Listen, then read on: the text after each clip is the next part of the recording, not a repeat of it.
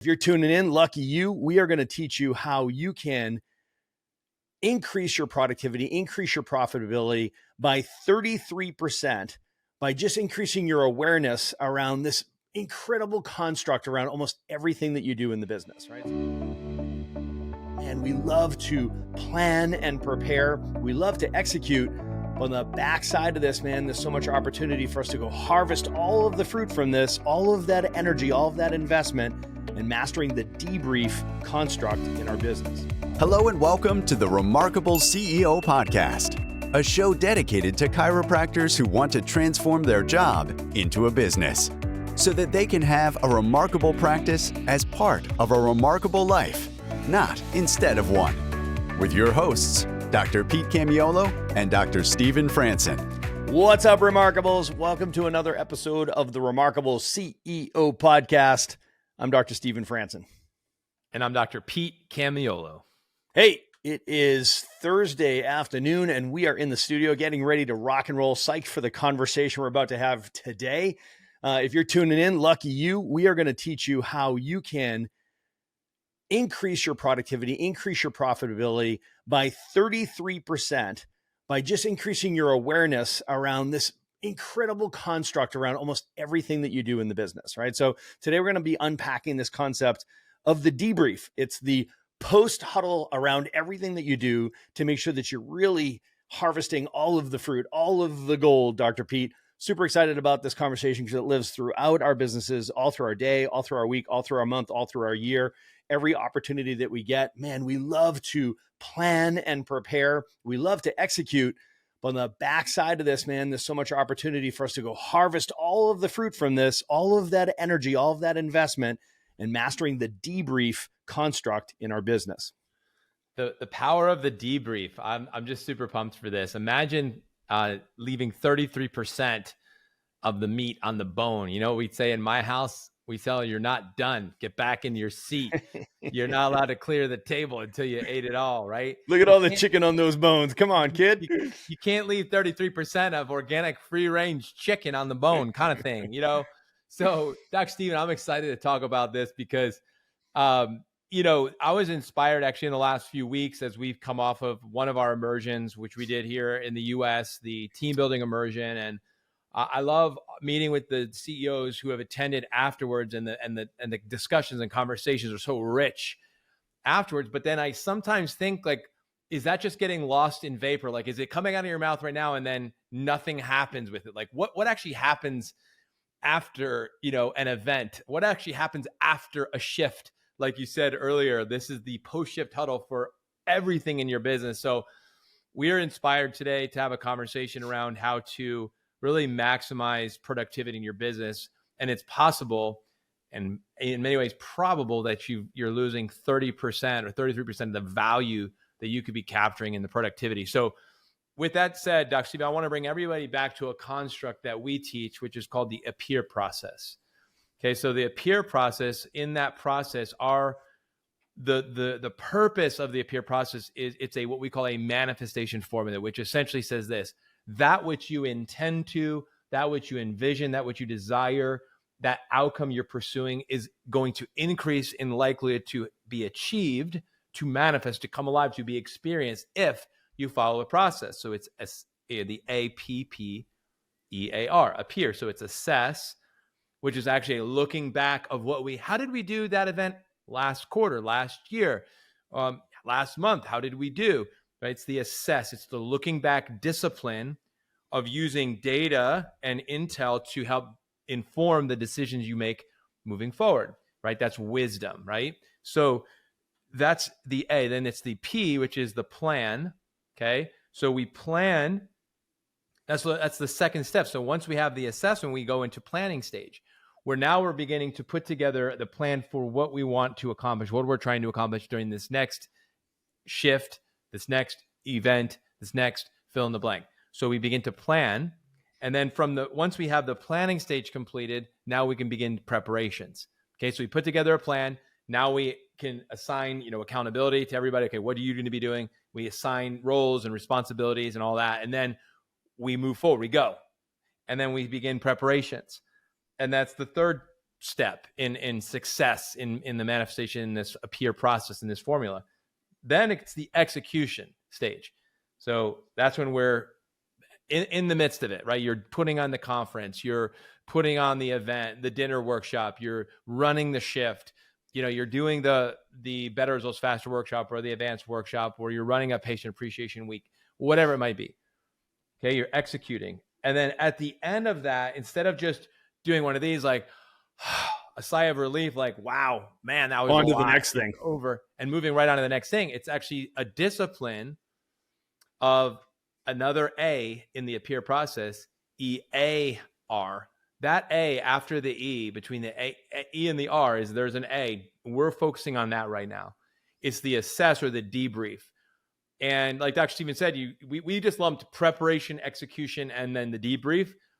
If you miss that one A, that's literally 33% in many ways of the equation of productivity.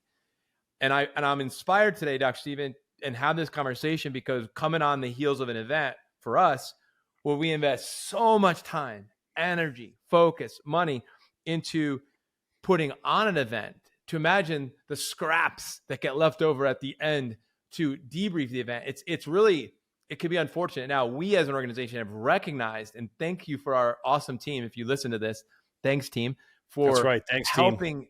gather us together so that we actually do a really thorough debrief where everyone's voice matters. So it's chime in.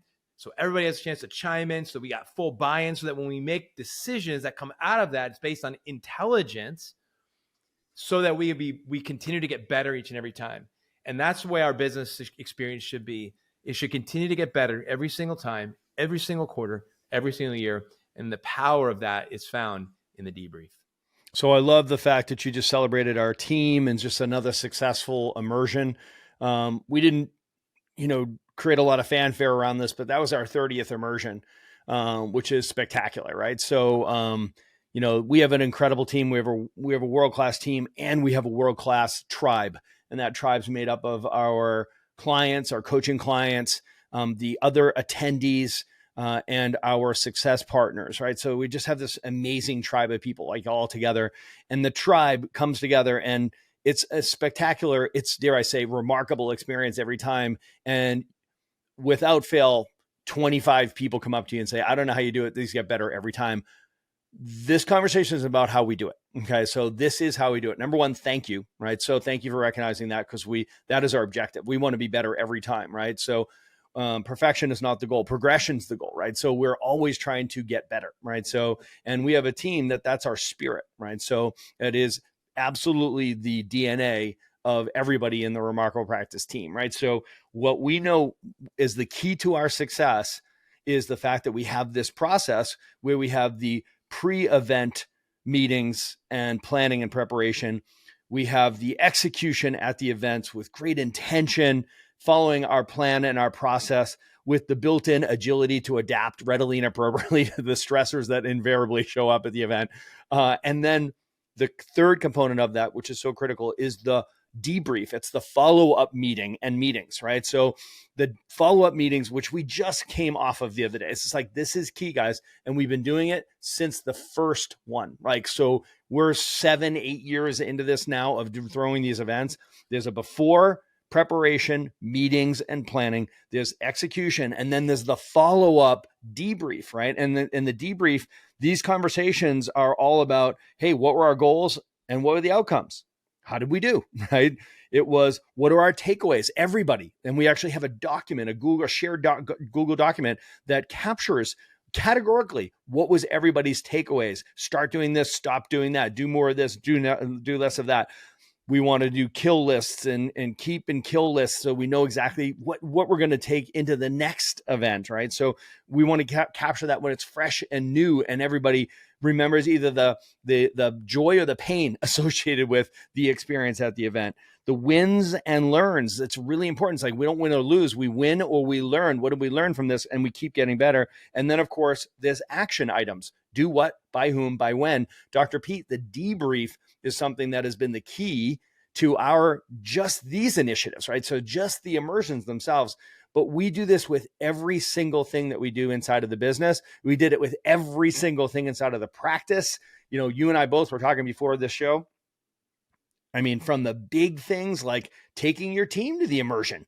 That's a big, you're taking your team to a big seminar, right? That's a big investment, time, energy, focus, and money, all the way down through your events in your office, all the way down to your daily, sometimes twice a day, post-huddles, right? Everybody loves to do the pre-huddle to set up the shift, and then we love to execute the shift. What about the post-huddle debrief? Dr. Pete, I'm telling you, people are leaving 33% of the fruit on the ground. So, you know, when I think about the debrief, it's all about the details. You know, as you were talking, Dr. Stephen, I felt like my heart rate pick up a bit, because I thought about how much effort and energy goes into putting on anything, a shift in your clinic. If you really do it right, any experience you're putting on for your patient base, it could be, you know, your weekly workshop. It could be more of a campaign type event that you're running on your internal marketing campaigns. It could be an external marketing experience, a workshop, a wellness workshop in a company, or you put on a dinner, or you do a weekend screening. It could be, for me, it was literally my weekly, even radio show. You know, it's whatever it is that you are doing, and you are pouring yourself into this. And this is where it really, I think my heart rate went up, is because when you pour yourself into something, when you go all in, you actually, it would be very dysfunctional to not like check back in afterwards and see like, how did that go? 100%. And so sometimes I feel like, and I'm not accusing anybody of this, but sometimes I feel like if you don't do this debrief, is it possible you did not go all in? Is it possible you really weren't planned and prepared and didn't execute to the level that is required to accomplish the outcome that is desired? Like, it is a checkpoint for you and for us to say, maybe I haven't been doing this. Maybe we haven't been doing the whole thing. You talked about the 33, but what about the other two stages, the planning and then the executing stage? Like, it's possible. I'm not accusing anyone. I'm more just stimulating a conversation around, like, it's important to audit, because in your audit, here's the thing. When you do the audit, the debrief, I should say, when you do the debrief, you actually debrief the pregame as well. So you actually debrief, how did we prepare? Would we prepare anything different? Yes. Was our planning and preparation process good? What would we do different? We talk about because we have a PowerPoint deck that we use. You all know that, because if you've been to our immersions, you're looking at a screen. Well, guess what? That doesn't just magically appear on the screen there, right? So we have meetings regularly about, for example, the cadence of the content and how that's being captured and organized and when it has to be done and by whom and all the things, right? So we meet about that. We meet about all the pregame in the debrief, what happened for the weeks leading up to the actual experience itself. And then even the post experience is debriefed on, like the things that happen after an event. And so there's so much there. And I just wondered, Dr. Stephen, if are we really are we being productive or busy? Are we doing movement, or is it just motion, right? Like, this is what we talk about, where the rubber actually hits the road. And this is one of those things where you talk about productivity, the difference between busy and productive. That's why a lot of people are like, we're not going to do that thing anymore, that event or whatever. I'm not going to do dinners anymore. I'm not going to do screens anymore. I'm not going to do this anymore. It's like, wait, time out. Is that because we didn't do this? Because if you do this part, even if you give your grade a B or a C on how it turned out, you can turn that C into a B, that B into an A. You can make it better if you simply do this process. You can make everything better, and you will if you follow this process. 100%, man. And as you're describing that, I get anxious, because what I'm hearing is what you're doing is you are adding another open cycle to your life. Like, that debrief closes the cycle, right? So it creates this accountability loop. And we all know that it's the accountability that takes the motion and turns it into movement, right? Yeah. So it's not, you're not spinning your wheels. You don't have wheel spin. You're actually having that level of accountability where you do a debrief. You'll be like, okay, guys, how'd we do? Right? Let's look back. We set goals coming into this thing. We had a plan, we executed, and we wanted outcomes. How did we do? Did we follow the plan? Did we execute well? Did we produce? What were our outcomes? Right. So we're assessing that. Right. So there's accountability around that, huge accountability like that. And everybody in the room, if you establish this culture, knows this conversation's coming. Yeah. Whereas if you don't do that, the inverse is true. It's like, you know what? We're never going to talk about this again. Monday morning's going to hit and we're just going to keep, spinning. We're going to be spinning. It's going to be on to the next thing, on to the next thing. That's the entrepreneurial chant, right? The tyranny of busyness. You got to be careful, guys, that it's like, you've got to visualize, all right, it's time to get the last third. It's time to get the harvest. It's time to lean in and be like, let's do the debrief, right? And let's collect that. How did we do relative to our goals? What were our outcomes? What was everybody's takeaway, right? And where did we win? What did we learn? And then what are the action items that are coming from that? That's how you have a documented system and a process that everybody knows I'm going to be held accountable. We're going to close this loop. It's an accountability loop that becomes a cultural thing. And this becomes very real in your practice. Like if you brought your team to the immersion, what is the first thing we say? And then we say it 10 times through the weekend. We give you this workbook to download in the last pages of the workbook. What is it? Takeaways and action steps, right? So why do we do that? Because that's the gold. Yes. That's the gold. We know we want you as a team. Let's say you've invested, you bring 5 of you, get on planes, hotels, meals, away from your families, butts in seats, all of that information. There's no way you're just going to mentally retain it. And there's one of two scenarios coming out of there. You've got a group of people that are going to go home on a Monday at team meeting, or maybe Tuesday afternoon, or the debrief meeting that week while it's still fresh and new. And everybody's going to pull out their workbooks. They're going to flip to the back page. Why do you think we put it in the back page? So easy to get to all through the weekend. And you as the owner, as the leader, as the CEO, you should have set the full expectation that we're going to harvest all of the fruit from the investment that we made together. And my expectation is that you're going to be coming back with a pile of ideas and thoughts and start doing this and stop doing this. Does everybody feel that? Yep. Imagine the value of that if you brought those 5 people, including your own notes, by the way, Doc, right? So imagine that scenario versus business as usual on Monday. Yeah. We wake up, rub our eyes. Man, wasn't that an awesome weekend? High five. Thanks, guys, for being there. That was awesome. Phone rings, first patient walks through the door, and we're off to the races. So my question to you is, are you a consumer or are you an implementer?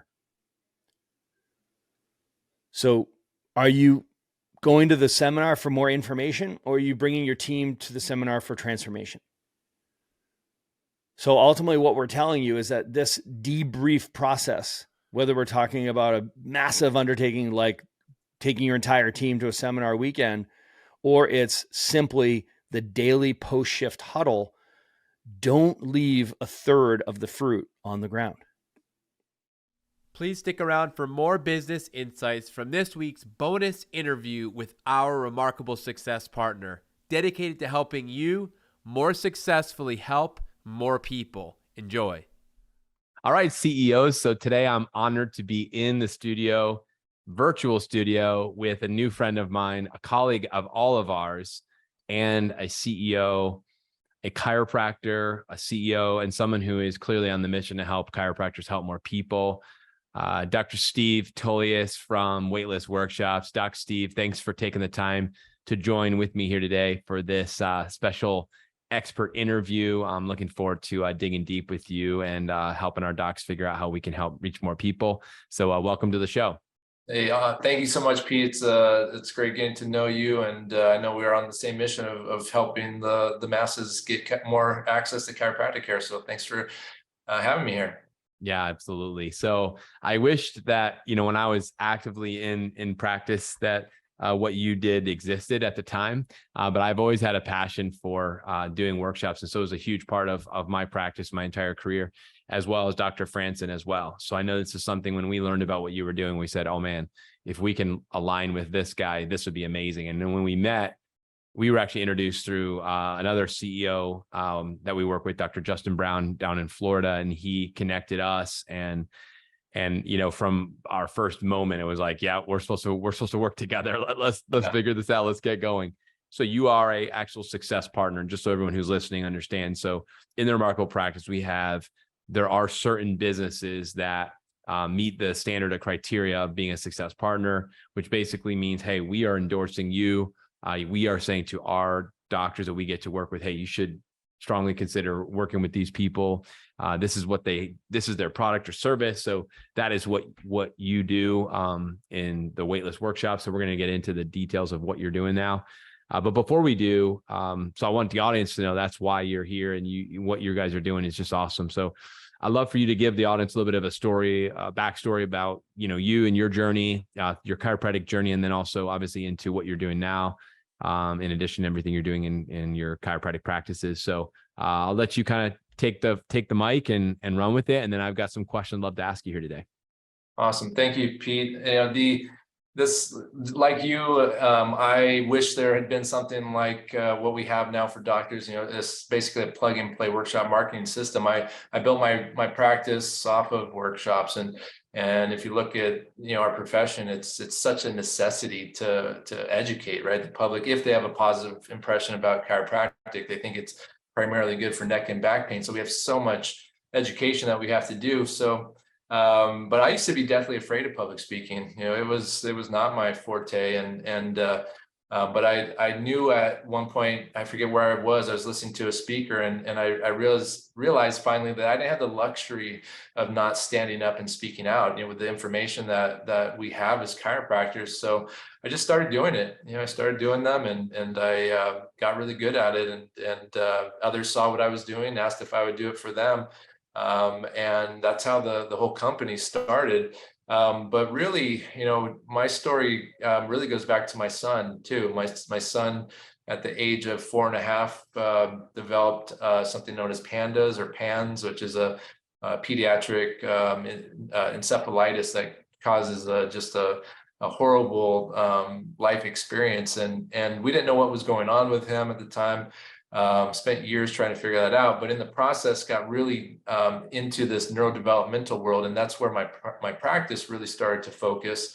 I started doing talks around neurodevelopment, and that's when colleagues saw this, where we were regularly getting 15, 20 people to my talks every month, and we started doing that in multiple areas. So we then branched out into other topics. Everything I do, I want the public to really understand what chiropractic is, that it can help the sick get well, and help not only help them get well, but help us all, like all the chiropractors listening, really experience optimal potential too. So we started branching into other topics like mental health, which is really a massive topic for society.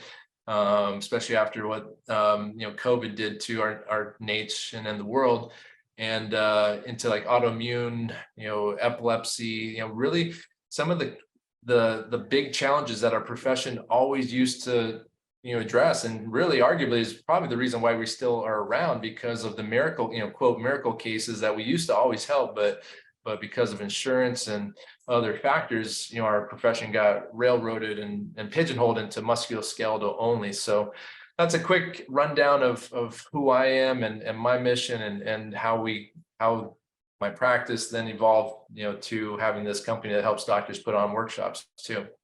Beautiful. One of the questions I was going to ask you was in regards to, what problems you solve. And I love hearing your story.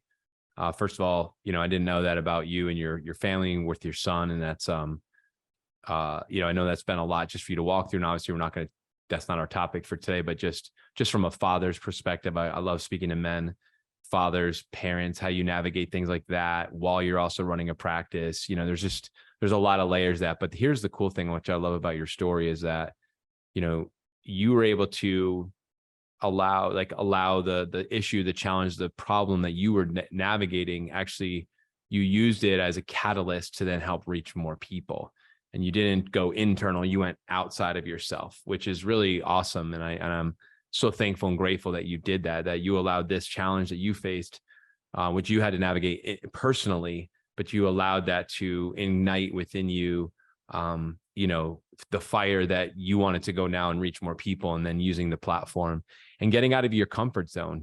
Like you clearly said, this wasn't like something my strength. I didn't come out like, oh, I love speaking. And actually I don't, but it needs to be done. And, that I love the genesis of this whole story and where it started from, and now to see what's happening. Cause I actually have multiple doctors that I work with personally who are using the service of Waitlist Workshops to grow their practices, make a bigger impact, reaching the community. And it's unbelievable. It's so amazing. And I'm so fired up about it. So thank you for that. And just awesome story. And I'm loving the fact that you are now impacting exponentially because of your response to the need. So every business exists to solve a problem, right? And you are solving a problem. So you've identified specific issues in the communities where chiropractors serve, where we can actually reach and be the voice and become the expert, the authority. Can you talk a little bit about that? Like, so let's say I'm listening to this, I'm a CEO and I don't do a lot of external marketing talks. We've never really done them, or maybe we did them in the past, but we haven't done it, especially since the pandemic, something like that. Right. So speak to me a little bit about the problem that your business Waitlist Workshop is solving. So there's obviously multiple things, but let's just kind of summarize it. Like, here are the issues and here's how we solve it. So yeah. So we solve really one of the biggest challenges in chiropractic right now, which is bringing in really high quality leads. There's a lot of systems out there that bring in people who may be underqualified or tire kickers and things like that. And so that's one problem we solve. We bring people right to the doctor. All they have to do is give us a time, date, and location and be ready to speak to a room full of people. Now, the second component of that, and this is what I get excited about, right? Is that it's attracting people with these massive needs, right? So the three core topics of types of people we address, those three topics actually represent 65% of our nation, right?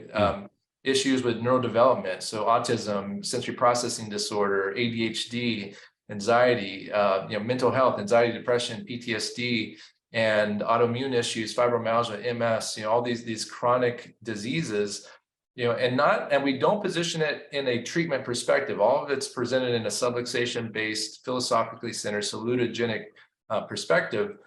But those three core workshops that our doctors are giving actually represent 65% of our nation, right? So what I always tell people is that there's no shortage of sick people, right? Yep.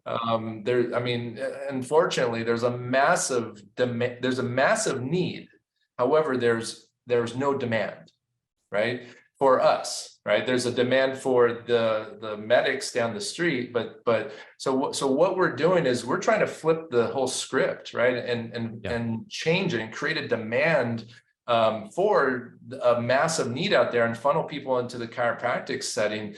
And the next piece that I love about this, and this is why I did it, focus on these topics in my practice too, is because when their neighbors, when people start hearing about how chiropractic helps a child begin to speak who wasn't speaking, or helped individual who had crippling anxiety, helped their anxiety go away, or someone who had seizures, helped their seizures go away, that completely flips the script of chiropractic being about neck pain and back pain and brings it into the realm of the nervous system and where we really shine. So I believe, just like I know you do, that chiropractic could transform the whole socioeconomic power struggle of humanity, right? And if we could get the big idea actualized, boy, what a different world it would be. So that's the big purpose. I know I went off a little bit, but in terms of what we solve, we help bring in high quality leads and help bring people that helps the chiropractor gain more certainty and confidence as they see the miracles that are happening.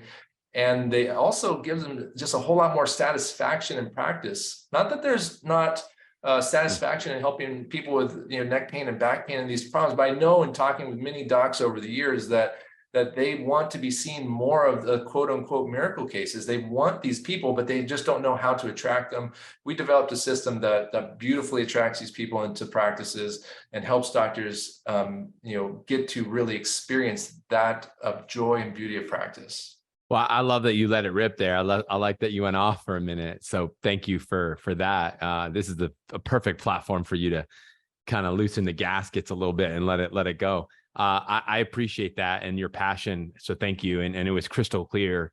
And I didn't know some of those numbers. I know that we have obviously a chronically diseased nation, but the fact that you've chosen specific topics that'll hit north of 60% of anyone's population in the surrounding area is, and to bring in that high quality lead to meet the doctor, and then they get to see you and they see you immediately as the expert and the authority and a voice from a totally different angle, which they probably never heard before from all the other docs they've been seeing and hearing. So, wow, that's just so cool. And I love that. And being someone who did a lot of talks myself, but also coming out of school, didn't feel like I should speak or had any gift or any desire.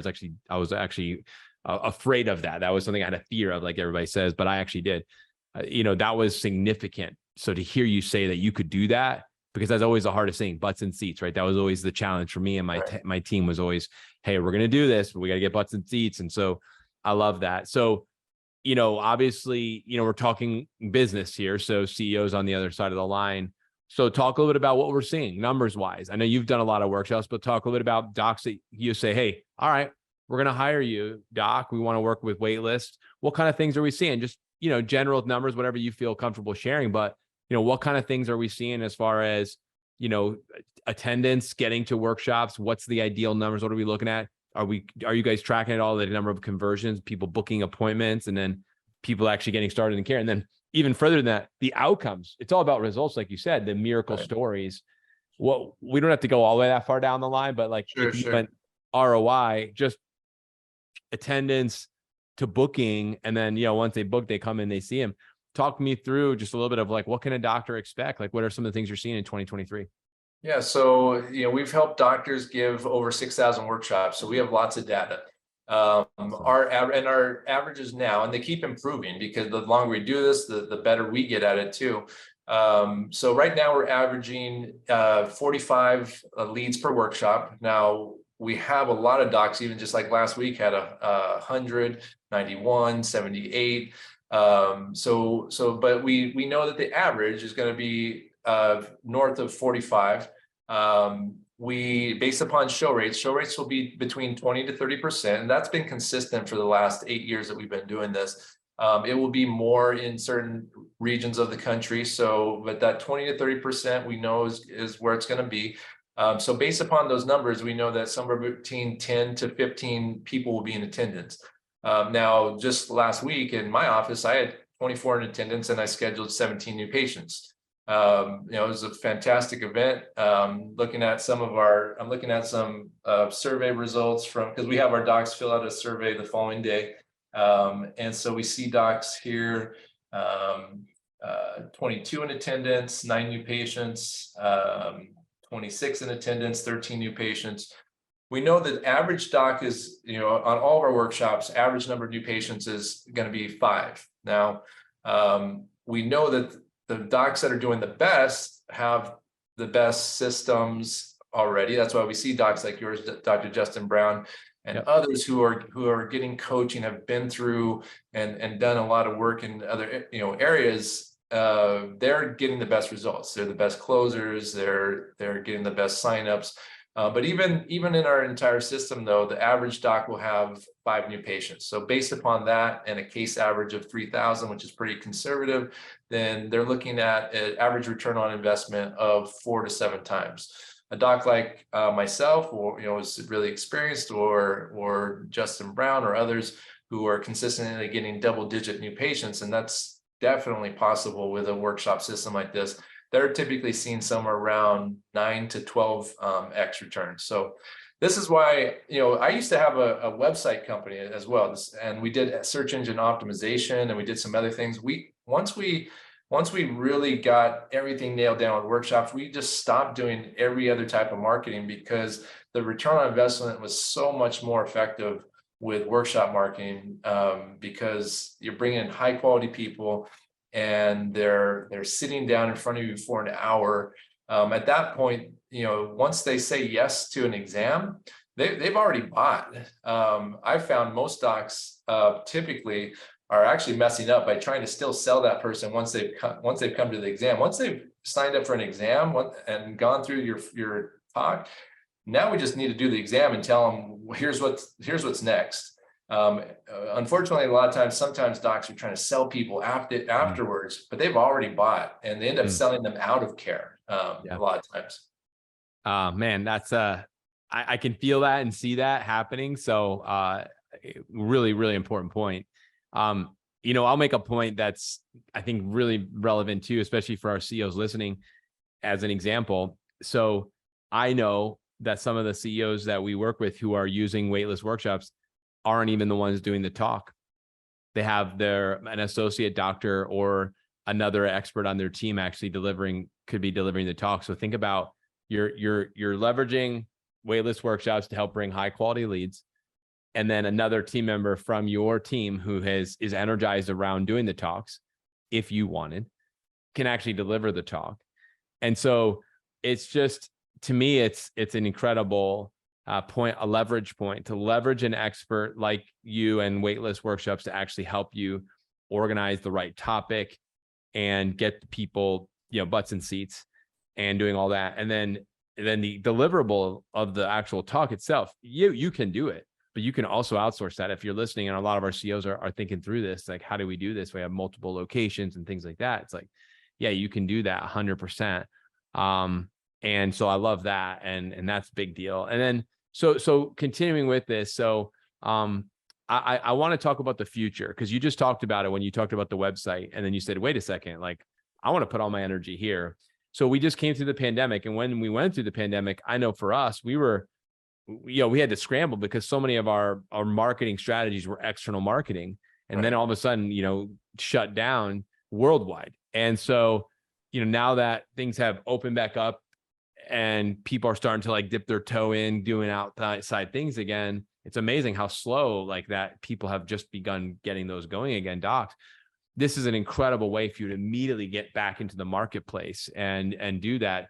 So can you talk a little bit about what you're seeing as far as real time, like now, because you gave some numbers, but also in the future, as you think about, the tech, everything that's going on with technology and artificial intelligence and all these things, and the relevance of actually being in the community physically in front of people doing this. Can you talk about what you see in the future and how you see teaching and workshops and these things in the future, not just even in the present? I'd love to hear your thoughts on that. Yeah, absolutely. We definitely have done a lot of thought around this and consulted with different thought leaders, around that topic.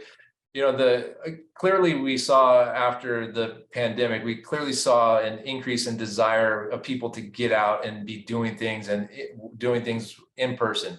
Now, I will just share that throughout the pandemic, we actually grew considerably, because while a lot of things went away, workshops didn't go away, because even though people were afraid to go out, no one was going to attack a doctor for trying to help some of the sickest of the sick, people that were in crisis far before that planned crisis ever showed up. So our docs actually did really well during the pandemic using workshops.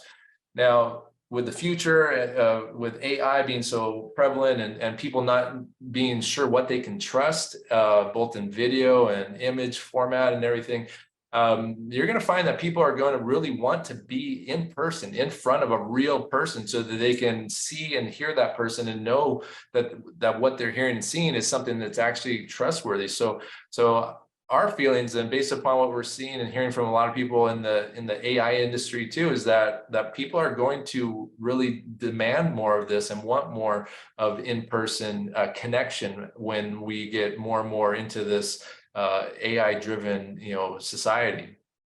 I love it. And I'm in agreement. I feel that way. And I have also witnessed that in my own personal journey and in others, that whether it's personally or professionally.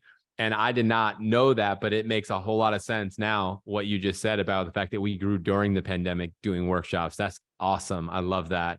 And I think it's a point that needs to be noted. So no matter what comes our way from a health craziness perspective and economic craziness perspective, the relevance of an expert, an authority speaking on a topic that's important, very important to me, and me being able to meet you in person so I can see who is this person, can I trust them?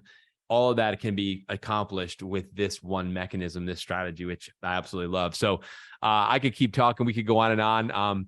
I know that our docs can get in contact with you and have more conversations specifically. So let's do that. So what's the best way for anybody who's listening to this to learn more, get in contact with you, or even take a next step? What's the best next step, Stop? Yeah, so the next best step is to go to our website and set up a call so we can chat. So our website is www.waitlistworkshops.com. There's a calendar to set up a call and see if this is a good fit. And for anyone, and I know this because we've been chatting. I know many of your doctors who are in your program. I know what you guys represent with your coaching. I know that the majority of anyone listening to this actually is probably one of the best fits for what we do. And we want docs who are fired up, who are subluxation based, who want to transform their community, not just their communities, but the world. And so that's what we're looking for. We don't want to just fill zip codes. Like, that's not what our objective is. Waitlistworkshops.com. I'm super accessible. So shoot me a DM on Instagram or Facebook, Steve Tullius, and would love to meet and chat and see how we can help, you help even more people out there. Amen. Well, Steve, thanks for joining me. Thanks for taking the time today to meet with me and to be an expert guest on our Remarkable CEO podcast. We highly value being able to speak with you and to have your expertise here. Thank you for being a remarkable success partner as well, and looking forward to continue to serve and grow with you and help more doctors, help more people. So, and for all of you who are listening, thanks for tuning in. This is another episode of the Remarkable CEO podcast. Until next week, take care and God bless. Thanks for listening to this episode of the Remarkable CEO podcast. Remember, what the world needs now is chiropractic, and what chiropractic needs now is more successful chiropractors. If you like this podcast, please subscribe, share with a friend, and leave us a review. And if you'd like to connect with us personally, direct message us on Facebook, LinkedIn, or Instagram. Now go and be remarkable.